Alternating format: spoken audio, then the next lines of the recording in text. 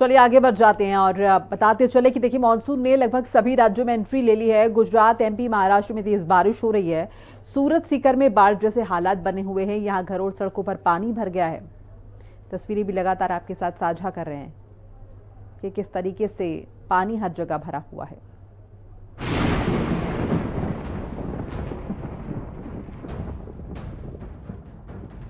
बारिश, बाढ़ और सैलाब की धार, जिंदगी उलझ गई। कई इलाकों में नदी नाले उफान पर आ गए और रोजमर्रा की जिंदगी मझधार में फंस गई। क्या राजस्थान, क्या महाराष्ट्र, बंगाल का हाल, लोगों को जान हथेली पर रखकर नदी पार करनी पड़ रही है।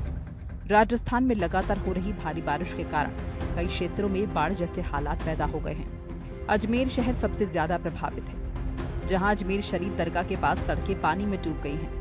3 से 4 फीट तक पानी भर जाने से लोगों को दरगाह तक पहुंचने में मुश्किल हो रही है। स्थानीय लोगों ने एक दूसरे की मदद से बाढ़ के पानी को पार किया है।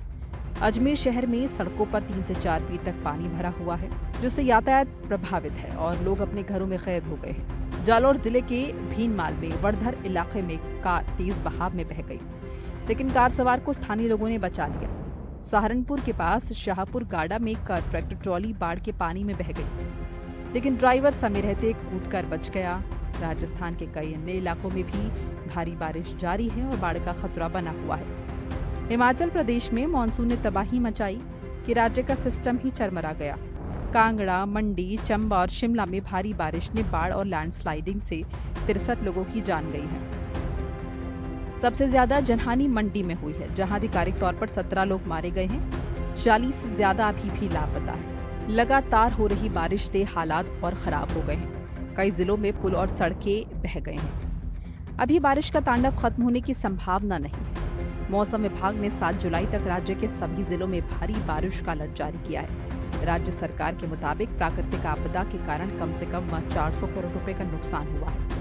यूपी के प्रयागराज में गंगा यमुना नदी का जलस्तर बढ़ रहा है। करीब एक हफ्ते से लगातार दोनों नदियों के जलस्तर में वृद्धि दर्ज की जा रही थी। प्रयागराज के संगम क्षेत्र में संगम नोज को गंगा यमुना ने घेर लिया है। संगम क्षेत्र में वीआईपी घाट की सीढ़ियों तक यमुना का जल पहुंच चुका है। दारागंज में नागवासुकी क्षेत्र प्रभावित है। महाकुंभ 2025 में संगम नोज पर बने स्नान घाट डूब चुके हैं, लेकिन अभी बालू क्षेत्र का मैदान सुरक्षित है। स्नान घाट के छोटे दुकानदार, घाटिया, कर्मकांडी, उपरोहितों संगम क्षेत्र से अपने सामानों को समेटकर सुरक्षित स्थानों की ओर पलायन कर रहे हैं, लेकिन अभी किसी भी तरह के खतरे की बात नहीं है। दोनों नदियों का जलस्तर खतरे के निशान से यानी कि 84.734 मीटर से लगभग 8 से 9 मीटर नीचे है। अभी तो बढ़ रहा है, रातों दिन बढ़ रहा है, अभी घट तो नहीं रहा है फिलहाल जो है, और अभी और बढ़ने की संभावना है अभी। हाँ, अभी जो है पानी और बढ़ने की संभावना है। दिक्कतें तो यही है कि अभी जो यहाँ के रहने वाले हैं उन लोगों की दिक्कतें तो है ही है। बाकी जो हैगा जो जैसे कि वो कांवरिया वाले आते हैं उन लोगों के लिए तो अच्छा ही रहेगा। पहाड़ी क्षेत्रों में लगातार हो रही मूसलाधार बारिश और मैदानी क्षेत्रों में भी कहीं कहीं जोरदार बारिश को देखते हुए प्रशासन अलर्ट मोड पर है। सभी बाढ़ संबंधी आवश्यक तैयारियों को चुस्त दुरुस्त किया जा रहा है। प्रयागराज के डीएम प्रयागराज रविंद्र कुमार मांदड़ ने बांध पर बने पंपिंग स्टेशंस और घाटों का निरीक्षण किया है। ग्रामीण क्षेत्रों में भी तहसील स्तर पर तैयारी शुरू की जा चुकी है।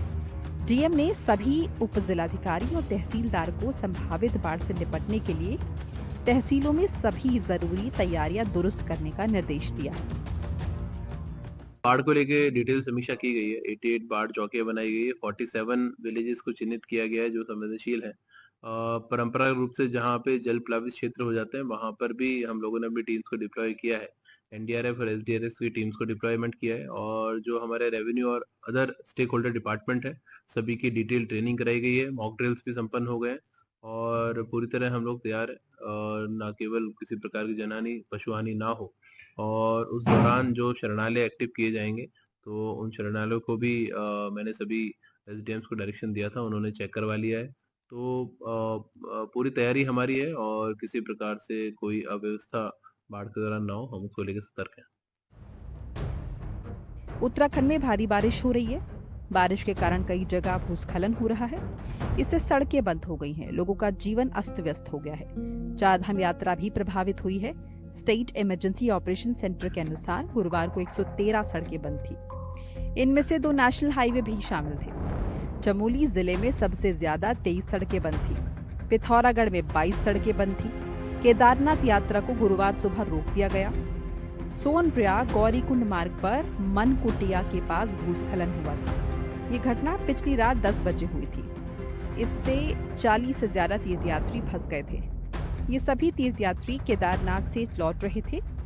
स्टेट डिजास्टर रिस्पांस फोर्स ने मलबे से अस्थायी रास्ता बनाया, फिर तीर्थयात्रियों को वहां से निकाला गया। ब्यूरो रिपोर्ट, हिंदी खबर।